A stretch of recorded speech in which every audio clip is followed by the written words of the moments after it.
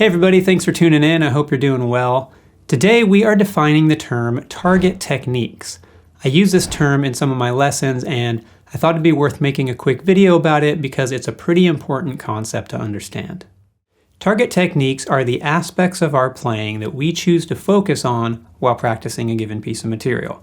And the reason they're important is that what we pay attention to during practice will largely determine what we get out of that practice. When I'm playing a scale, for example, I can be thinking about any number of things. The notes that I'm playing, how hard I'm pressing on the strings, keeping my shoulder relaxed, what I'm going to have for dinner that night. The options are really infinite for where my mind can be during practice. If I'm thinking about keeping my shoulder relaxed, I'm likely not paying a whole lot of attention to what notes I'm playing and vice versa. So it's always a trade-off based on what you want to get out of your practice. And if I'm thinking about what I'm going to have for dinner, I'm not going to be tuned into my playing at all, and therefore probably won't get much benefit from the practice. So the fundamental insight of target techniques is that it's not enough to simply go through the motions when practicing. In addition to playing the material, you need to actively focus on the things you're trying to improve. Therefore, knowing what your target techniques are as you're working on an exercise or a song, rather than just playing the material and hoping that it makes you better in some way, is imperative to having a productive practice session. So how do you know what your target techniques are? Well, sometimes it's pretty straightforward. Many exercises and even some pieces of music will have one or two obvious target techniques, techniques that are front and center in the material. Think of a hammer-on exercise.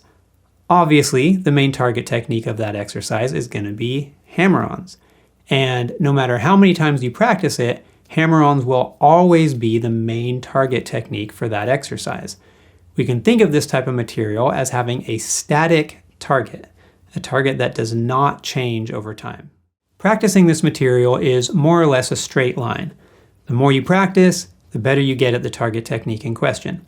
You may work on different aspects of the target technique. For example, finger accuracy and interhand coordination are both big parts of the hammer-on technique, and you may have more success focusing on them separately before trying to do them at the same time, but this is all still done in the service of getting better at the central technique of hammer-ons. With more complex material, your target techniques are not always going to remain static. This is the case with most pieces of music and more generalized exercises. You might practice a riff one day, for example, and find yourself struggling with left-hand finger placement. So that becomes your target technique for that riff during that practice session. The next day, you might play the same riff and notice that your finger placement has gotten better, but your right-hand fingering or picking isn't quite dialed in. So that becomes your new target technique for that riff on that day. With this type of material, your target techniques are always evolving based on your progress. They are moving targets rather than static targets. Practicing this material is essentially a process of methodically searching for and strengthening weak spots.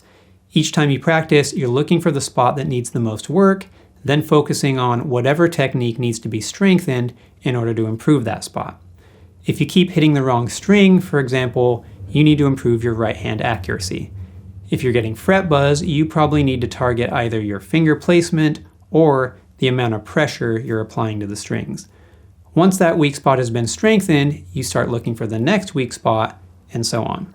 So you're constantly searching out weak spots and targeting the techniques that will strengthen them. We go through this process in much greater detail in the How to Practice lesson. To sum up, we often underestimate the role that attention plays in determining what we get out of practice. It's not enough just to play an exercise or a song. You need to be focused on what exactly you're trying to improve as you're playing. What you want to avoid is a more passive approach to practicing, where you simply play the material and hope that it does you some sort of good. This is what we mean when we talk about deliberate practice, taking an active role in the learning process rather than passively hoping we'll get better by simply going through the motions. Music and exercises can be roughly broken down into two categories, though there is some overlap.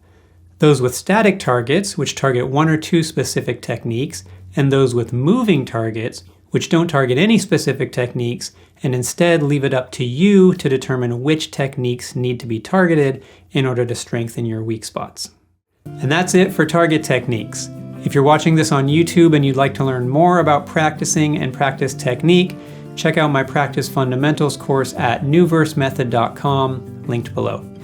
And of course, for more free tips here on YouTube, hit the subscribe and notification buttons, and while you're at it, go ahead and like this video. On that note, thank you for watching. I hope you learned something, and I'll see you next time.